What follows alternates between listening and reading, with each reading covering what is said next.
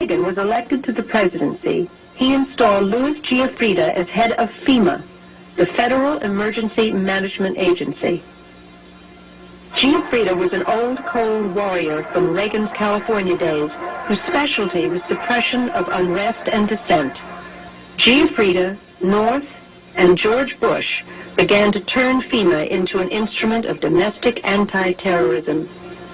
You're dealing with a group of people in the Reagan administration who equated political dissent with treason, and who cannot differentiate between emergency procedures, which I think everyone agrees are necessary, and suppressing political dissent. And with North and Poindexter and Casey, you have a group of people who saw Americans who disagree with them as the enemy.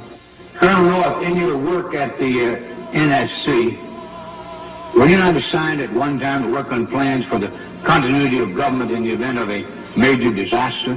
Mr. Chairman. I believe that question touches upon a highly sensitive and classified area, so may I request that you not touch upon that, sir.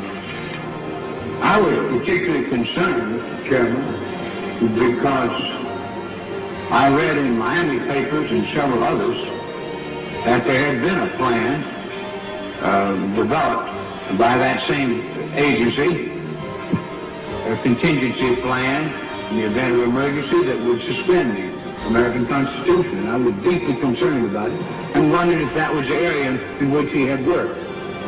May I most respectfully request that that matter not be touched upon at this stage. If we wish to get into this, I'm certain arrangements can be made for an executive session.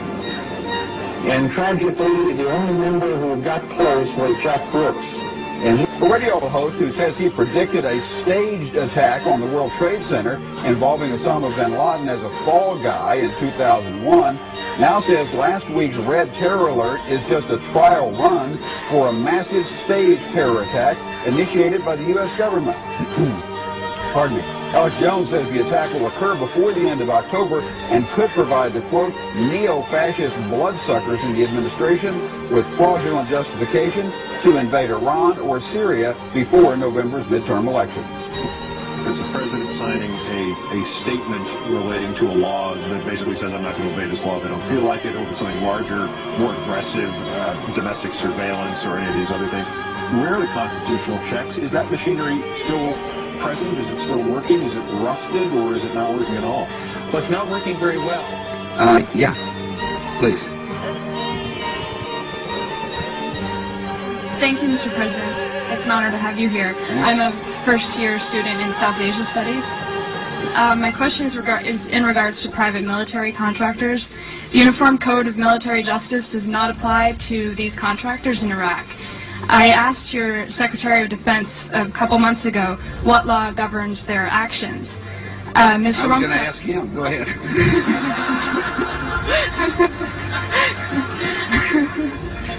Help. When the president had an opportunity to capture or kill Osama bin Laden, he took his focus off of him, outsourced the job to Afghan warlords, and Osama bin Laden escaped. 6 months after he said Osama bin Laden must be caught dead or alive, this president was asked, where's Osama bin Laden? He said, I don't know. I don't really think about him very much. I'm not that concerned. We need a president who stays deadly focused on the real war on terror. Mr. President. Well, I guess I said I'm not worried about Osama bin Laden. It's kind of one of those exaggerations.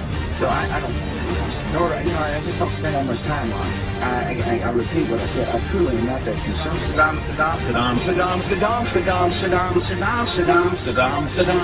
Hussein. War and danger. Continuing danger. Hour of danger. Very, very dangerous world. A grave new threat. Horrific acts of atrocities. Murderous regimes dedicating to killing us. Tyranny and terror. Several countries that we would consider Arab countries have already been told by the Israelis to prepare that it's going to happen, and these leaders behind the scenes are supporting it, but will publicly stand up and condemn it. They have to. they don't have a choice because of the religion in their country. They're going to say, how could the Israelis do this? This is wrong. This is Zionism. Behind the scenes. In fact, let me tell you one nugget. You're going to love this. A man who is in Tampa, who works here in Tampa, was sharing with me, and he's a very high-ranking military official. He said, you know, he says, I have been to Arabia, and I have met with the leaders in Persia, Arabia, Egypt, etc. He said, that's part of my job working for the government. He said, let me tell you something that would shock you. He said, publicly, they despise the Jew and they hate Israel. But he said, every leader, he says, now I'm telling you, the leaders will say to me privately, we know the land belongs to the Jews, and we know we can't whip them. He said, privately they'll tell you that. But he said, when it comes to the public and to the propaganda, they will absolutely go the opposite direction. He said, I'm telling you, one-on-one, he started naming them, and it shocked me that he knew these people. He said, when you are one-on-one in a room with them, they'll say, we know. The FEMA plans to imprison American citizens have generated a lot of interest around the country in locating the potential prison camps throughout the country. These may be facilities currently being used as prisons, such as those you saw earlier, or prisons that are being built supposedly in the name of the war on drugs, or facilities that have other uses but which could be quickly used to detain large numbers of people, such as this Amtrak facility in Beech Grove, Indiana. All of the renovations to this property have involved putting in new fencing, electronic turnstiles, concrete flooring in unused warehouse buildings, and putting in large gas furnaces on buildings that were never heated any time in the past 20 years.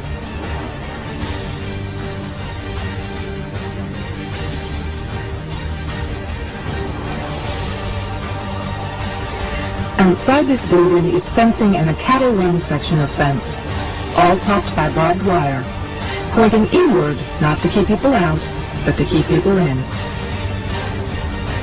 This was common throughout the facility, particularly the new fencing that had been erected.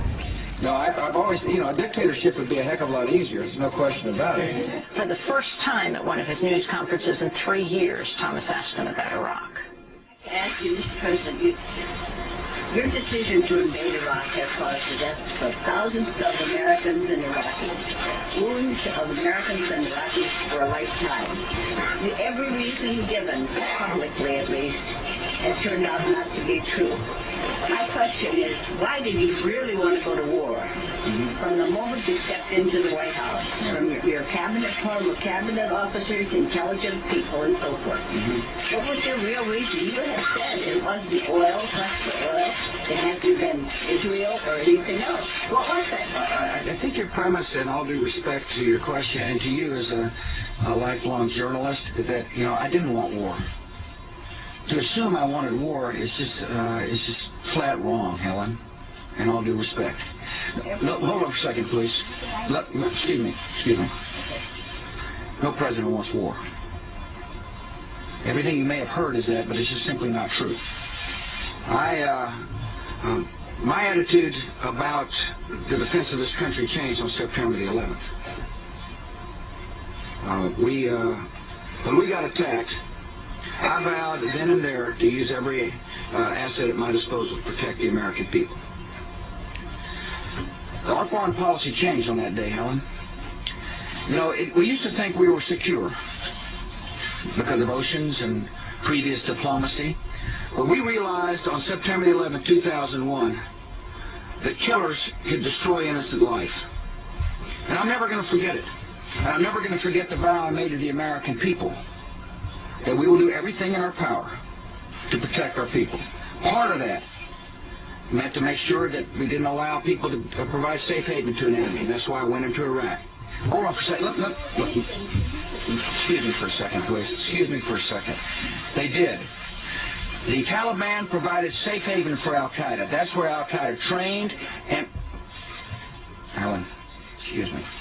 That's where doing the targeting to go after suspected training sites, etc., across the border and inside Iran. That's just normal, I think. And you write that already some special operations forces, some U.S. intelligence forces have crossed the line and have gone into Iran. Is that right?